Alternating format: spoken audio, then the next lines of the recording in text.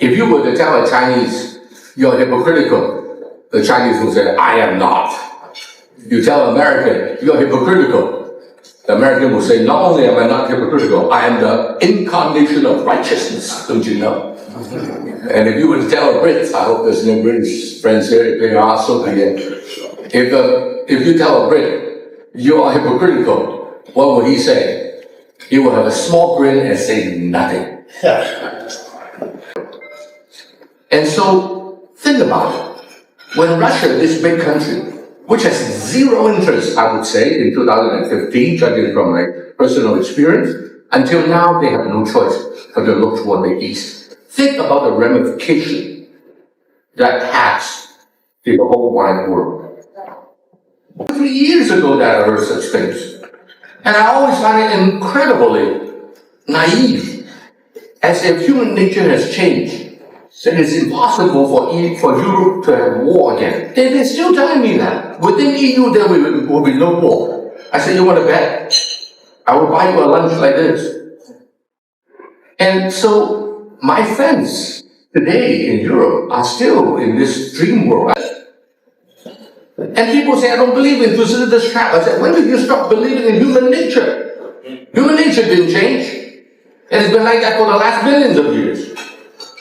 What made you think that human nature has changed? For the number one to try to contain the number two, nobody can damage the supremacy of the US dollar. Only one country can. Which country is that? America itself. And America, for the last 20, 30 years, has been doing double time to damage the supremacy of the US dollar by itself. 大家好，我是老吴。我们最近分享过几期陈启宗先生的节目，大家的反馈都很好，觉得他看问题非常通透。今天我们再来分享一段他的精彩演讲，我相信这段内容绝大多数朋友都没有看过，所以非常值得一看。在开始之前，先和大家打个招呼。这段视频的原始音质很不好，结果我花了很多时间来处理字幕，但还是有不少处理的不够准确的地方，所以拜托一下英语好的朋友们，如果发现错误，在评论区帮忙给指出来。这场演讲发生在2024年6月，在演讲中，陈先生一上来就通过他2015年在俄罗斯圣彼得堡的亲身经历，抛出了一个关于世界格局的重磅判断。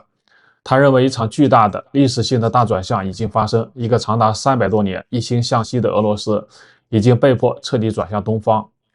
这个判断也引出了他接下来对整个世界大棋局的分析。最重要的部分还是他对中美关系的观察，他没有谈那些空泛的理论，而是非常务实的，像一个经验老道的 CEO 一样，给中美两国分别开出了一份内部挑战的体检报告。他先是分析了中国当下在房地产和互联网平台方面遇到的真实困境，然后他对美国开出了一份包含5个问题的清单，可以说每一条都切中要害，尤其是他对美元霸权正如何被美国自己亲手摧毁的分析，逻辑非常清晰，也让人印象很深刻。最后他对中美竞争的结局给出了一个有意思的预测。好，接下来我们就欣赏老陈的这场精彩演讲。I will frame my talk this way because Henry said I can say anything I want. So I decided to call it One Man's View of a Brave New World. I think it is probably fair to say that I'm the oldest person in this room. I'm 74. And I've been around, and I've never seen the world as troubled as it is today, probably since World War II, and that was before my days. And my father's generation went through hell because of all the trouble in China as well as with its neighbors. Whereas my generation is the luckiest. We saw nothing in terms of serious trouble. And so when we enter into this new phase, it's really time for us to stop and rethink where the world is going. So allow me to just share 2 incidents. One is not that important historically, but turned out to be very significant. The other is obviously very significant. And that is, allow me to just say a word about the Ukraine war. And then number 2, the US-China relations. And I'm not going to get into all the details because you know it more than I do. But I just want to tell you from this one Asian's perspective, how do I see the world that is being shaped as we speak by these two events. Let me begin by telling you a story. 2015, I was invited by a shareholder of mine, who is a Russian gentleman living in Shanghai, to speak in St. Petersburg. Many of you know that that's Putin's hometown, and he has this big event there every year, and that's attended by 9,500 people. And I was asked to speak on Asia, the only session on Asia. Last minute, I found out that somebody who I know very well, that is Kevin Rudd, was to be share the podium with me, and I hired Kevin into the Asia Society when I was the then global chair of Asia Society. I invited him to join our Asia Society as the head of our think tank. And so I said, oh, wonderful. I'm nobody, nobody knows who I am. Most of you probably never heard of my name until Henry invited me to lunch here. And, but everybody knows Kevin Rudd. I said, very good, more people will come. Now, a 9,500 people event, how many people showed up? The only session on Asia, and the speaker of which, one of which is Kevin Rudd. How many showed up? Anybody? 27 people. Now, Kevin Rudd is somebody. Asia is important. And yet 27 out of 9,500 people showed up. And I would imagine that if the same event were to happen today, I would imagine that a lot more will be there. That means by 2015, Russia was uninterested in Asia. So after that session, the organizer came to me and said, Mr. Chan, President Putin wanted to invite you to his plenary session to share the podium with him. I said, oh, wow. Why? He wants 4 business people, and I represented Asia. Why? Because they don't have anybody from Asia. So last minute they found an Asian. The only reason I was on stage is because I am Asian. I look Asian. Anyway, so I asked Putin, I said, Mr. President, when it was my turn to speak, I said, how come only 27 people showed up? I'm sure you're foresighted, strategic thinking, all that stuff, but is your business community, are your citizens prepared for the rise of Asia? Don't forget, in the last 20, 30 years maybe, 32.some% of the global economic growth every year came from China alone. Not to mention Japan, Korea, Singapore, Indonesia, and many other countries. And so it is truly amazing that Asia was not in their calculation at that time. And so look at what happened today with the Ukraine war, with the Nord Stream 2, the way it is. They can no longer sell, at least not directly, to Europe. They have to go to India or wherever, I don't know, but you know that better than I do. They have to sell to China. And so, for 319 years, since, 1697, when Peter the Great went to Western Europe, in 1703, or was it 04, that they built St. Petersburg and moved the capital there, until 2022, Russia was looking west to become part of the West. And finally, after 319 years, the West says, you're not one of us. Go home. And so what happened? A deal that could not have been signed between Russia and China, a gas deal, right, that was there for over a decade. Suddenly, within a matter of weeks, at most of months, it was signed. Now, of course, the same thing happened in 2014 when the Crimea War started. And so, think about it. When Russia, this big country, which has zero interest, I would say, in 2015, judging from my personal experience, until now they have no choice but to look toward the East. Think about the ramification that has in the whole wide world. So, the Ukraine war in itself is nothing. Regional war, the history is full of it. And even today in the world, there's still regional wars here and there. And yet this one is different, because it changed the entire international energy infrastructure. And so, like it or not, the world is a changed place. My Europeans, I know there's a lot of European friends here. My European friends, to them I can understand the psychological trauma to them that war finally returned to Europe. To them it was impossible almost. Some of them even say that with the EU and with this and that war is no longer possible. And that was only, 2-3 years ago that I heard such things. And I always find it incredibly naive, as if human nature has changed. That it's impossible for Europe to have war again. They're still telling me that. Within EU there will be no war. I said, you want to bet? I will buy you a lunch like this. And so my friends today in Europe are still in this dream world. I'm sorry, Anne. You are part of the Europe, so you come from Europe, so I hope I'm not offending people too much. But if I am, it will be my last time here at CCG. I'll be gone now. And so, the whole world has changed. And then another thing. Sorry, Ambassador from Israel is here. Egypt and Israel discovered a lot of gas. And as you all know, I was in the Middle East 7 times last year. I was in UAE, as they would say, just a few months ago. And Egypt and Israel now have a lot of energy. And I don't know, Israel, at least 100 years, you have no problem with energy and you can export. And so my question is, when Europe can no longer buy from from Russia, who are the two new sources of energy? One is the United States, of course, but that's 4 times more expensive than what they used to pay. That's why Germany is in serious economic difficulty today. And the other source, I submit to you, will be from the Eastern Mediterranean basin. There will be Egypt and Israel. Is that good? Well, short term will be good. Long term, I'm not sure. I was just in Egypt twice last year. And the last time I was there, a former foreign minister said to me that they stopped pumping natural gas.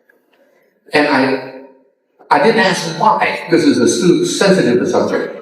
Maybe it's because the ambassador from Egypt is not here, right? Okay. I don't know, maybe Hispanic. So they're now refining mostly Israel natural gas.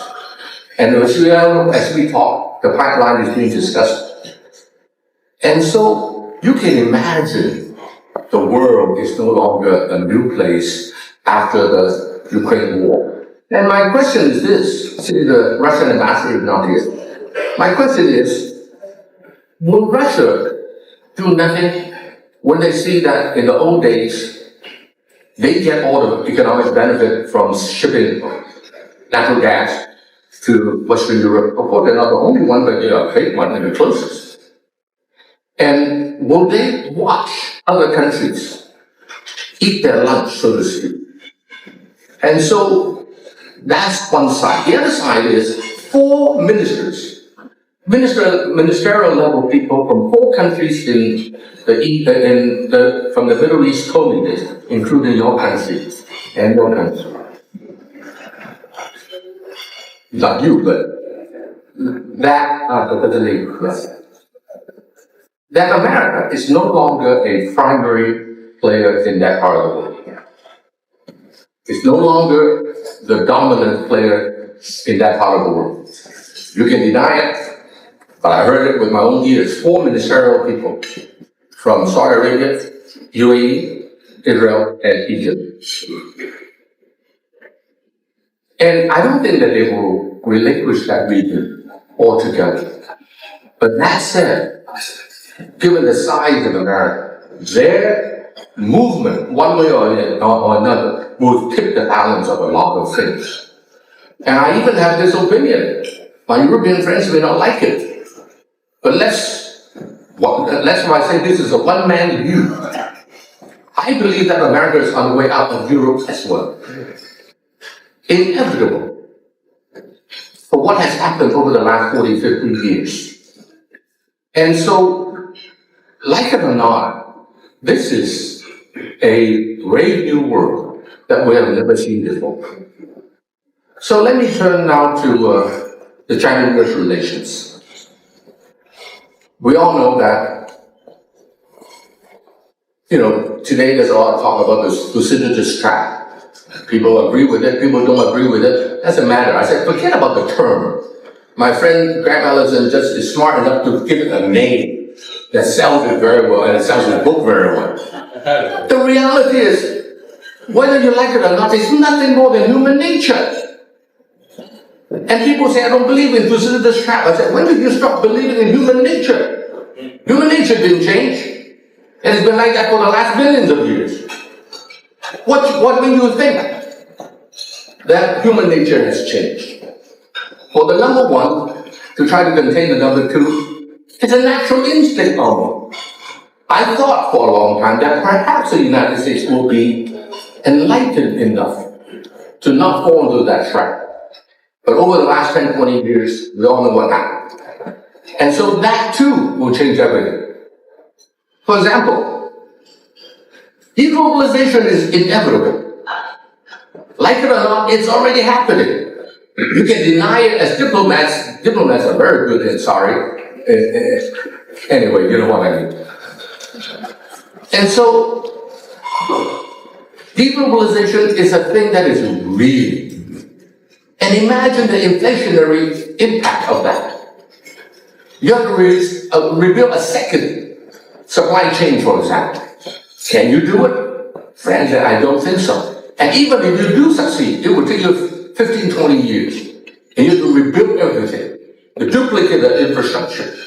The cement, the steel, the whatever. The inflationary pressure of that is going to be tremendous. 2 weeks ago, I hosted Jamie Dimon. Many of you know him, the JP Morgan chairman. I hosted a dinner for him in Hong Kong with 200 people at the Asia Society. And it's very clear that he talked about all kinds of risks. As a banker, he's one of the very, very best in risk containment, right? And management. But if you were to listen to his speech carefully, and it's on record, right, you will hear his two main concerns are none of those things that he talked about, which as a banker he has to talk about. His two main concerns are number one, geopolitics, similar to what I'm talking right now. And number two, inflation. Inflation.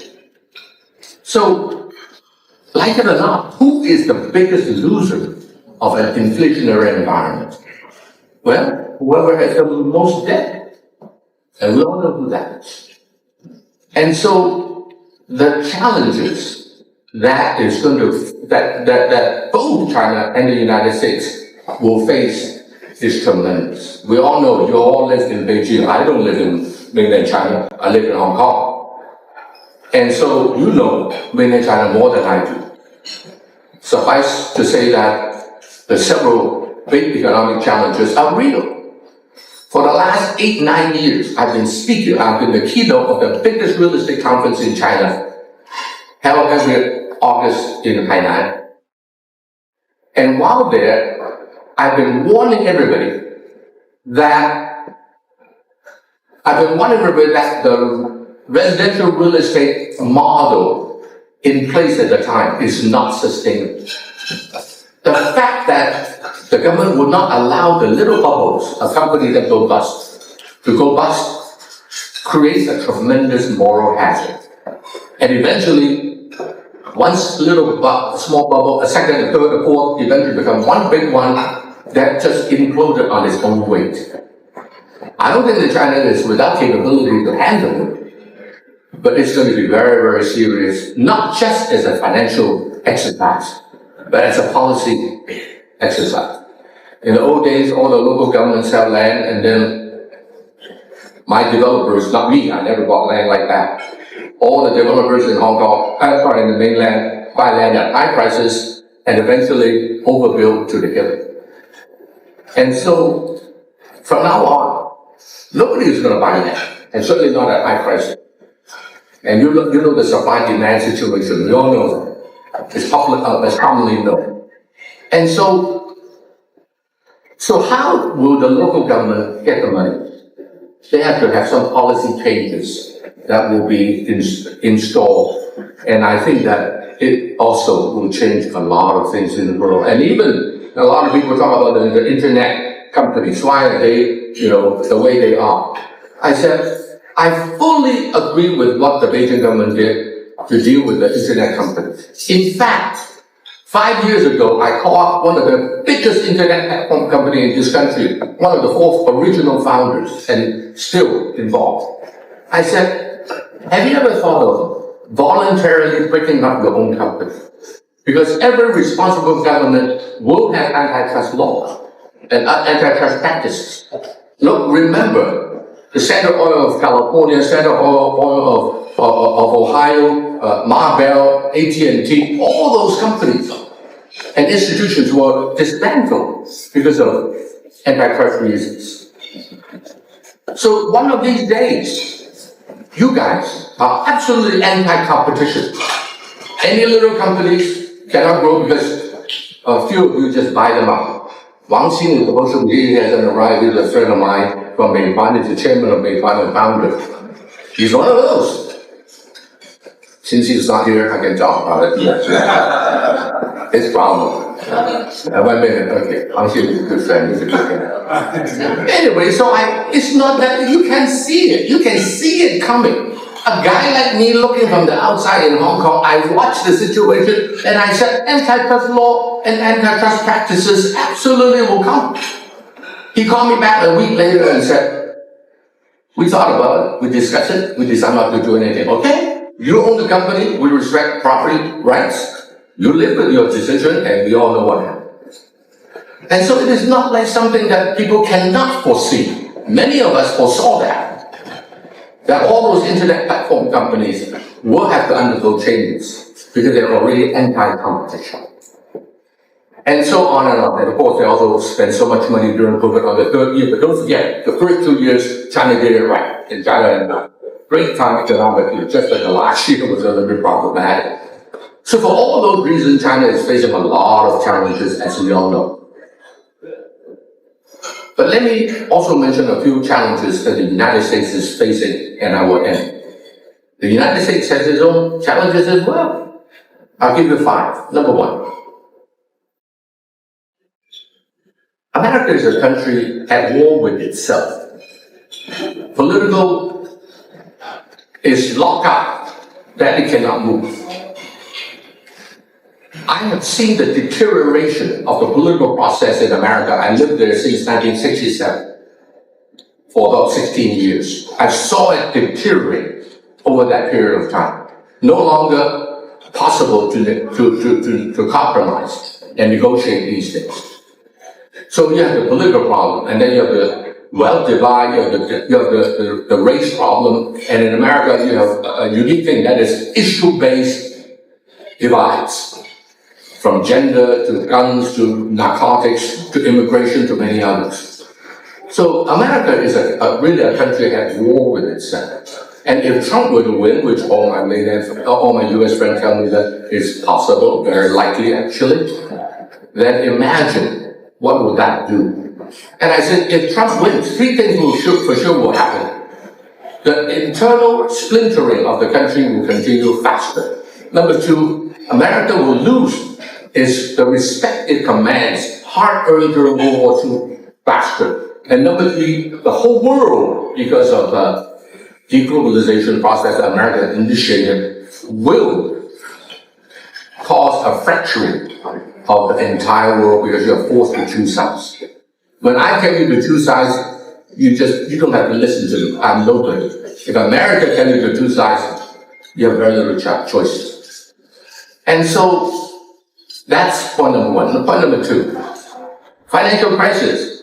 I have been working with the finance industry for the last 50 years. I just don't see how a financial crisis does not come within the next few years. It always does, and it will. Number 3, nobody can damage the supremacy of the US dollar. Only one country can. Which country is that? America itself.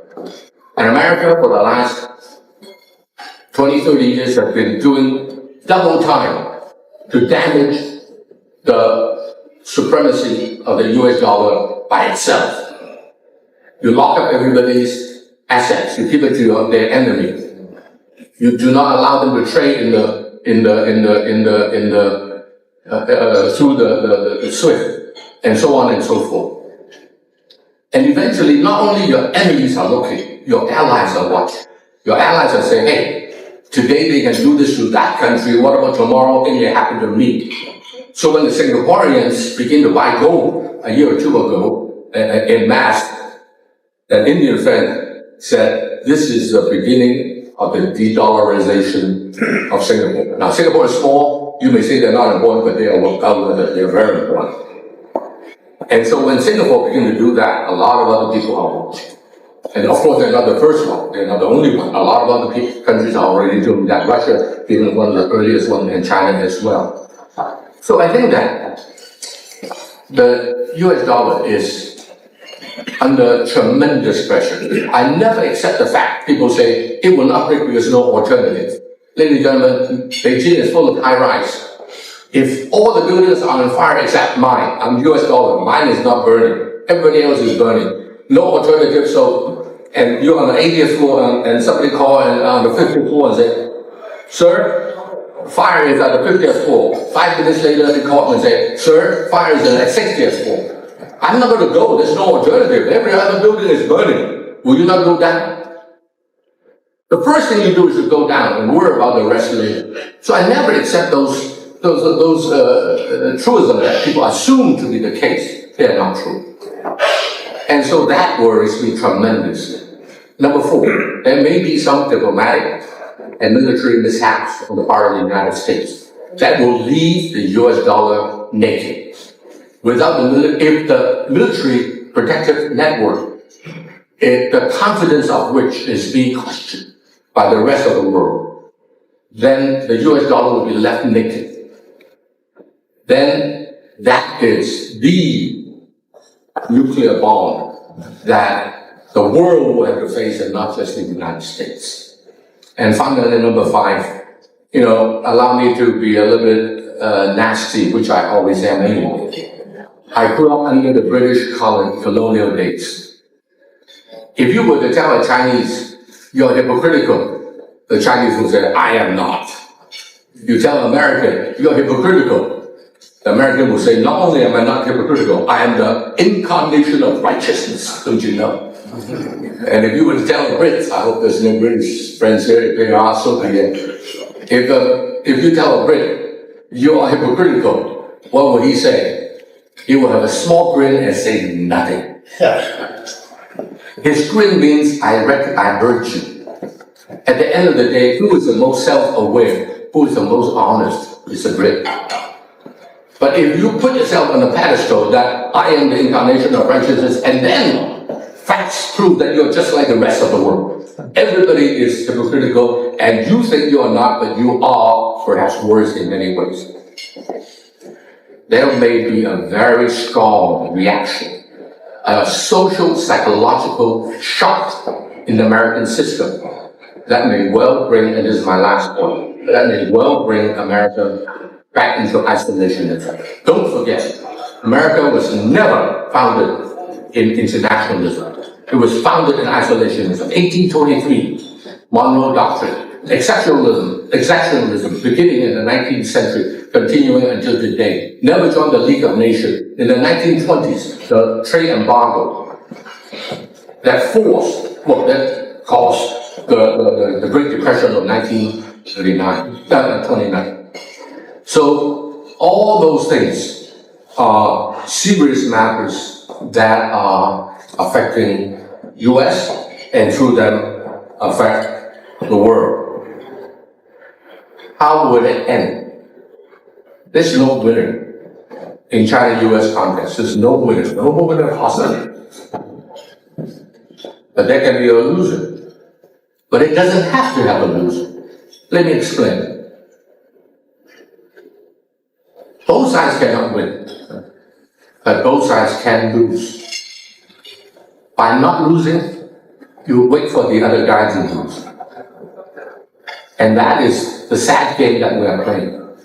My personal assessment is that it is not how many punches you can throw, it is how many punches you can accept. And I suspect that in China, they can accept it perhaps better. I grew up in the Vietnam War era. Those were the days when all my classmates were anti-war marchers. America's system does not allow it to engage in a long-term contest. And that's why even in the Olympics coming next month, or later this month, next month, America wins all the 100-meter dash, well, until recently, a lot of the short sprints. They never win the long distance race. And so I think that, like it or not, the world is such a troubled place. I'm so glad that I live in Hong Kong. I think it's still one of the best places to live. If you read the Western newspaper about Hong Kong, I say, hey, let's differentiate between political talk and economic reality. All of you guys are experts in political talk. I'm a business guy. I'm more concerned with the economic reality. And so I think that I'm happy that I'm living in Hong Kong. I travel the world all the time. I'm in the United States every month. I ran around the world 3 times last month alone. So it's nothing new to me. And I think the world is in a considerable challenge position that we better be ready for cataclysmic changes. That will happen, I believe, starting from now until the next 10 years. It will be a decade that is most consequential in the world. And let's hope that we'll be able to get through these 10 years, all of us still as friends, and live in peace. If we can live through 10 years of that, I will buy you lunch again. But I think that the chances are good that if you take my bet, you will be buying me lunch. Whatever it is, thank you, Henry, for the lunch you get.